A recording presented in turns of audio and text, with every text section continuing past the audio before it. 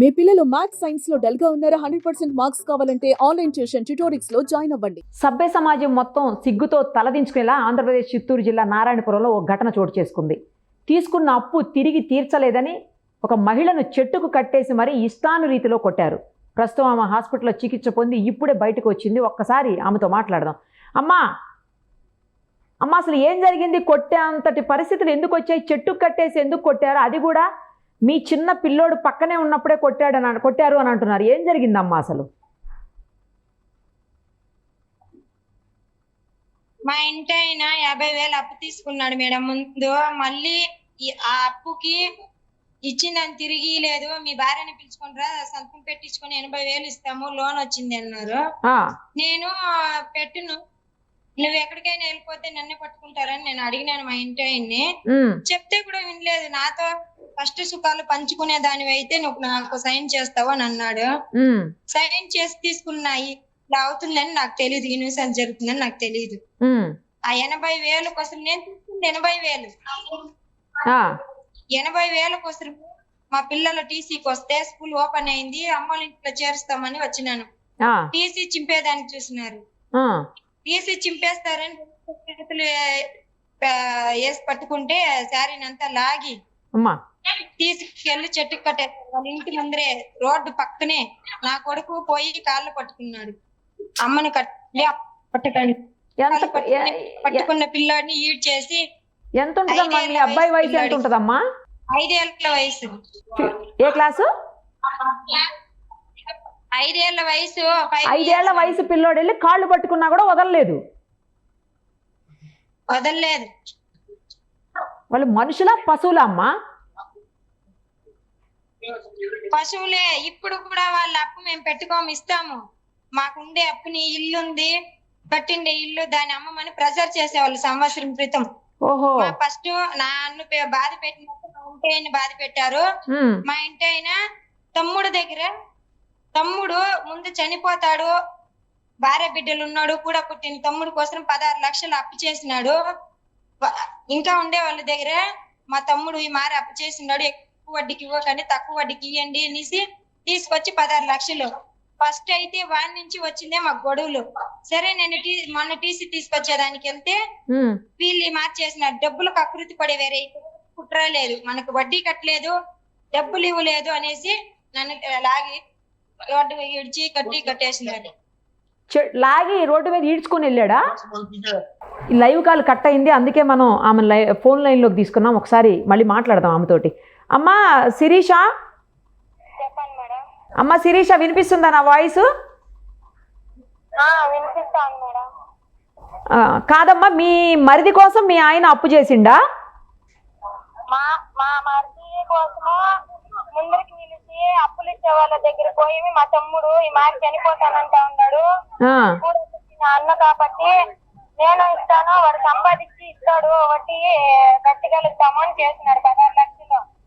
16 లక్షల అప్పు ఏం అవసరం ఉందమ్మా చేయనీకి? మేడం నేను ఇంట్లో ఉంటాను, నాకైతే తెలీదు. ఇప్పుడు నేను ఇంట్లో పిల్లల్ని చూసుకొని నా ఇంటికి నేను ఉన్నాను. అప్పుడు బాగుండే వాళ్ళము. సంపాదించి తీసుకెళ్లి వడ్డీ కట్టేవాడు. ఏం చేస్తాడు మీ ఆయన? డ్రైవర్. మరి నిన్నెందుకు తీసుకుపోయాడు? మీ ఆయన్ని కదా అడగాలి అవతల వాళ్ళు. మీకు అప్పు ఇచ్చిన అతని పేరు ఏంటి? అతను ఏం చేస్తాడు?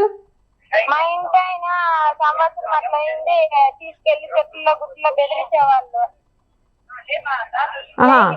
నైట్ ఒక రోజు చూసుకొని వెళ్ళి ఇంట్లో నుంచి బయటకు పిలిచి అట్లా బండిలో కూర్చోబెట్టుకోపోయి గుట్లో కూర్చోబెట్టుకొని, నీకు ఇల్లు ఉంది కదా, కొద్దిగా భూమి ఉంది కదా, దాని అమ్మేసి మీ తమ్ముడికి ఇచ్చింది నువ్వే కదా, మీ తమ్ముడితో మాకు సంబంధం లేదు అట్లా అని అడిగేవారు. అది అంతా నాకు తెలిసి బెల్లం బిడ్డలు గుర్తుకు రాలేదు, ఈ మాట తీసిచ్చిండవు అని అడిగితాను నేను. మా ఇంటి ఆయన అదే మొదలు భయపడుకొని వెళ్ళిపోయాయి. మొన్న నేను వస్తే నన్ను పట్టుకున్నారు. ఎక్కడికి వెళ్ళిపోయాడు మీ ఆయన? మా ఇంటి ఆయన ఉంటే వచ్చిండేవాడు, ఉంటాడు, కానీ వీళ్ళు ఏం చేస్తారని భయం. కాదు, ఎక్కడికి వెళ్ళిపోయాడు మీ ఆయన? ఉన్నాడా ఇంటి దగ్గరే? ఇంటి దగ్గర లేరు. మీ ఆయన లేడు కాబట్టి నిన్ను పట్టుకున్నారా? ఓహో. చెప్తానే ఉండాను మేడం, చాలా ఆరోగ్యము చేయకండి, వద్దు అని చేతులు ఎదిలిస్తూనే ఉండాను. అయినా వినలేదు. ఇప్పుడు కూడా ఎవరి డబ్బులు మేము పెట్టుకోము, నేను ఎంతో కొంత సంపాదించి వాళ్ళు ఎలా ఇచ్చారో డబ్బులు కట్టాను. మరి నువ్వు చెప్పలేదమ్మా నీ డబ్బులు నీకు తిరిగి ఇస్తాను కొంచెం టైం ఇవ్వు అని చెప్పలేదా నువ్వు? అనుకున్నాను. వీడియోలు చూడండి, వినండి మేడం. అవును. ఈ డబ్బులు మహిళా సంఘం వస్తే ఇచ్చేస్తాను. అతను ఏం చేస్తాడమ్మా మీకు అప్పు ఇచ్చి? అతను ఏం చేస్తాడు? ఏం పేరు? అప్పించిన అతను ఏదో వాళ్ళ భార్య కిచెన్ ఇస్తారు ముసలావిడికి. పొదుపులో ఉండారు అత్తా కోడలు. ఏదో వ్యవసాయం చేసుకునే వాళ్ళు కూడా. ఎంత వడ్డీకి తీసుకున్నారమ్మా? 10 రూపాయలు వడ్డీ. వాళ్ళు మా ఆయనతో మాట్లాడుకో ఉండారు. 10 రూపాయలు వడ్డీయా? అమ్మో, ఏంది అంత వడ్డీలు ఉన్నాయా మీ దగ్గర? ఎలా మేడం, మా మారి 10 రూపాయలు వడ్డీ అని ఏదో అవసరానికి తెచ్చిచ్చేస్తున్నారు. అంత వడ్డీ కట్టే కానందుకే కదా నేను బయట వెళ్ళిపోయింది. అదేమ్మా, అదే మీరైతే తీసుకున్నది కేవలం 80,000. నేను సైన్ చేసి తీసుకుంది 80,000. ఆ 50,000 దాంట్లో యాడ్ చేసేసారు మేడం. 1.5 లక్ష ముందు 50,000 తీసుకున్నాడు మీ ఆయన. ఓహో, 80,000 తీసుకున్నావు కదా, ఈ 1.5 లక్ష నువ్వే ఇవ్వు. వాడు వెళ్ళిపోయినాడు కదా, వాడు వెళ్ళిపోయిన తర్వాత నువ్వు ఉన్నావు కదా, ఆ 1.5 లక్ష నువ్వే ఇవ్వు అనేది. నీ దగ్గర ఉండాలి కదా ఈటాకి. అదే మేడం ఇస్తాను మేడం. ఇప్పుడు కూడా మహిళా సంఘం వస్తుంది కడతా ఉన్నాను. మా కొడుకుని పక్కకి లాగేసి మరి ఇంత దాని చేశారు మేడం. అంత దారుణమైన పైన. ఇంత చిన్న పిల్లోడు కదమ్మా నీ కొడుకుని. ఆ పిల్లోడిని ఎందుకు కొట్టినారు? ఆ పిల్లోడికి ఏం తెలుసు అసలు? ఆ పిల్లోడు తప్పేముంది? ఆ పిల్లోడిని అంటారు వాడి చేసి వెళ్ళిపోయినాడు, నువ్వు ఎన్ని ఊర్లు రమ్మంటున్నావు అని అడుగుతారు. అయ్యో, కేసు పెట్టారమ్మా మీరు? పెట్టినాం మేడం. మరి పోలీసులు అవతల వాళ్ళని అరెస్ట్ చేయలేదా? అరెస్ట్ అయింది, వెళ్ళిపోయినారు కూడా స్టేషన్. తీసుకెళ్లారా? తీసుకెళ్లారు మదనపల్లి. ఓకే. ఏదైనా కూడా చెట్టుకు కట్టేసి కొట్టడం అనేది దారుణం అసలు. అవును, అడ్డుకోలేదమ్మా ఎవరు అక్కడ మిమ్మల్ని చెట్టుకు కట్టేసి అంత దారుణంగా కొడుతుంటే? ఆ ఊరి వాళ్ళే చూసి చూడనట్లు పోయేవాళ్ళు వచ్చేవాళ్ళు. అప్పుడు ఫంక్షన్ మేడం, నేను వెళ్ళిన సమయంలోనే ఫంక్షన్. ఒక 200 మంది మేడం. ఎంతమంది అమ్మా? ఒక 200 మంది. 2 టెంపోలు పోయింది, కార్లు బండ్లు పోయేవాళ్ళు చూసేవాళ్ళు.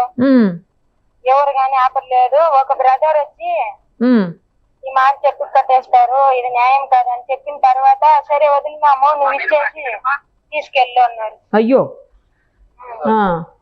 ఎంతమంది అమ్మా కట్టేసింది నిన్ను? 4. నలుగురు వాళ్ళ మనుషులేనా?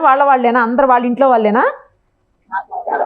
తల్లి కొడుకు, తండ్రి కొడుకు, కోడలు కొడుకు,